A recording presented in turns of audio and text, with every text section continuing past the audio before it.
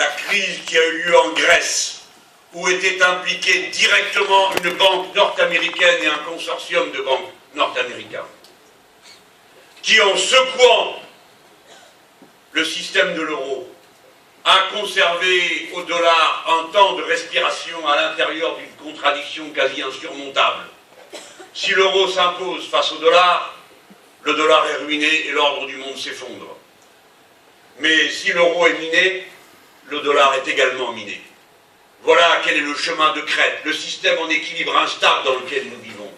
Tel est l'univers dans lequel prend place la révolution tunisienne. Sa racine est très profonde. Elle n'est pas seulement tunisienne. L'organisation des rapports sociaux qui ont conduit d'une part à l'alphabétisation de masse des Tunisiens, d'autre part à leur urbanisation, enfin à l'individualisation de leurs rapports sociaux, tout cela est le résultat d'un grand mouvement du monde lui-même, tant et si bien que, comme vous avez pu l'observer, les revendications qui sont nées de la désagrégation de l'ancien système ne sont ni des revendications tunisiennes, ni des revendications arabes, ni des revendications musulmanes, mais des revendications universelles, la santé, la paix, la prospérité, le droit au travail, le droit de vivre dignement de son salaire. Et ces revendications-là n'ont pas de nationalité, elles sont communes à tous les êtres humains, et elles font de votre révolution une révolution universelle.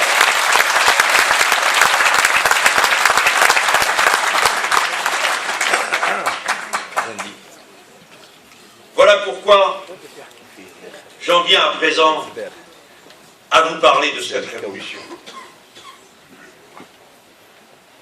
Elle présente des caractéristiques communes avec tous les phénomènes auxquels nous sommes nous-mêmes confrontés. Ne croyez pas que la tyrannie d'une personne soit plus détestable que la tyrannie anonyme d'un système. La kleptocratie familiale n'est guère plus supportable que la kleptocratie d'un système.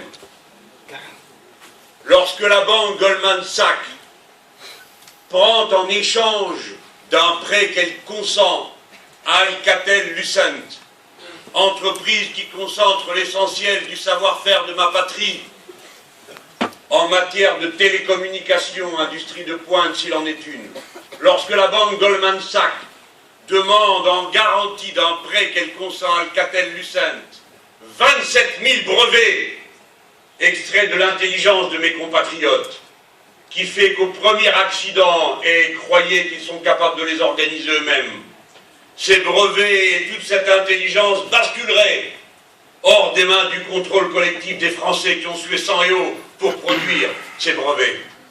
Croyez-vous que cela soit vraiment différent d'un couple à la tête d'un État qui s'empare progressivement de toutes les activités économiques d'un pays?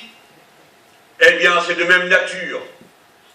La kleptocratie capitaliste, prédatrice du système bancaire, avide et cupide, sont de même nature que celle à laquelle vous avez été confrontés. Et nous ressentons la même indignation en voyant le fruit de notre travail changer de main de cette façon. Nous sommes indignés lorsque nous voyons que l'industrie pharmaceutique française, première au monde, résultant d'une industrie chimique pour l'essentiel nationalisée et réorganisée, du fait de l'activité populaire des Français et du programme commun de 1980, lorsque nous voyons l'entreprise Sanofi devenir la première capitalisation boursière française, au moment même où elle licencie des milliers de travailleurs à bac+10, nous sommes scandalisés par le gâchis qui en résulte. Lorsque nous voyons que dans les unités de recherche, des hommes, des femmes comme vous-même, préoccupés uniquement de molécules, qui parfois ignorent tout du monde qui les entoure, tant ils sont captivés par le goût du travail bien fait qu'ils aiment faire, découvrent avec stupeur qu'on les prend par petits paquets et on leur demande « Dans combien de temps la molécule que vous êtes en train de travailler sera-t-elle disponible sur le marché ?» Si vous répondez 2 ans, vous avez perdu par rapport à celui qui dit 1 an. Si vous répondez 1 an, vous avez perdu par rapport à celui qui répond 6 mois. Tant et si bien que ça n'est pas l'intérêt humain, l'utilité sociale ou pharmacologique qui est en avant, mais uniquement la capacité de rentabiliser un investissement que ces gens n'ont pas consenti, car ceux qui sont là à bac plus 10, ces femmes, ces hommes, sont d'abord le résultat de l'effort collectif de la nation qui les a éduqués, formés et conduits jusqu'aux portes de ces laboratoires, éclairés, chauffés, logés, c'est-à-dire sont les enfants de la société tout entière, avant de devenir la proie de quelques accapareurs. Voilà pourquoi nous sommes scandalisés, comme vous-même vous l'êtes. Scandalisés, lorsque nous voyons, comme vous, dans les mêmes conditions que vous, se développer à travers toutes les catégories sociales, cette catégorie que l'humanité croyait avoir repoussée, qui s'appelle le précariat, mot que nous avons fabriqué avec le mot prolétaire et le mot précaire, c'est-à-dire des femmes, des hommes, qu'ils vendent modestement quelques fleurs sur le marché, ou qu'ils soient ingénieurs, ou même médecins, architectes, enseignants, ce que vous voudrez, condamnés à aller d'un petit boulot à l'autre, occuper des emplois où ils sont surqualifiés, où celui qui est bac plus 5 remplace celui qui est à bac 0, ou à celui qui n'a pas le bac, et qui mérite lui aussi de vivre dignement, elle aussi mérite de vivre dignement de son travail. Voilà ce monde absurde où on a créé ce précariat, catégorie sociale destinée à faire peur à tout le monde dans la société, pour que tout le monde se tienne tranquille, tout le monde se taise, tout le monde ait une laisse autour du cou, et cette laisse, c'est la laisse des choses auxquelles nous sommes le plus attachés. Notre vie familiale, les devoirs que nous avons à l'égard de nos enfants, que nous devons éduquer, de notre famille à qui nous devons pourvoir au bien-être. Voilà pourquoi, dans la précarité, chacun se tait et subit son sort en silence. Et parfois, ici ou là, il se trouve une tête qui se révolte, une tête dure et qui entraîne tous les autres. Ah, ils savent bien ce qu'ils font quand ils nous tuent. Ils savent bien quand ils nous enlèvent Belaïd. Non seulement qu'ils font peur, mais pas seulement qu'ils font peur. Ils font taire une voix à laquelle peut-être vous n'auriez jamais songé avant les événements de la Révolution à faire confiance, mais que vous découvrez soudain parce qu'ils parlent clair, fort, haut, sans compromis, et dit les choses comme elles doivent être dites. Voilà de quoi ils ont peur par-dessus tout. Du courage, de la volonté, de la clarté dans l'expression et dans l'opposition. Voilà pourquoi c'est très commun à votre société et à la nôtre. Nous donne un indice de ce qui est en train de se préparer dans les profondeurs de toutes les sociétés, et pas seulement de la société tunisienne, ni même de la société maghrébine. Regardez comment vous avez en commun ces caractères fortuits des déclenchements révolutionnaires. Ici en Tunisie, dans une région travaillée par l'agitation ouvrière et salariale, un homme se suicide. Et ce suicide déclenche, par un enchaînement de circonstances se tenant les unes aux autres, une grande révolution. Cet événement vous paraît tellement fortuit et inouï que vous vous dites « ça ne pouvait être que là et en Tunisie à cause d'eux et à cause d'eux ». Mais savez-vous qu'au Venezuela, la révolution a été déclenchée par l'augmentation d'un ticket de bus?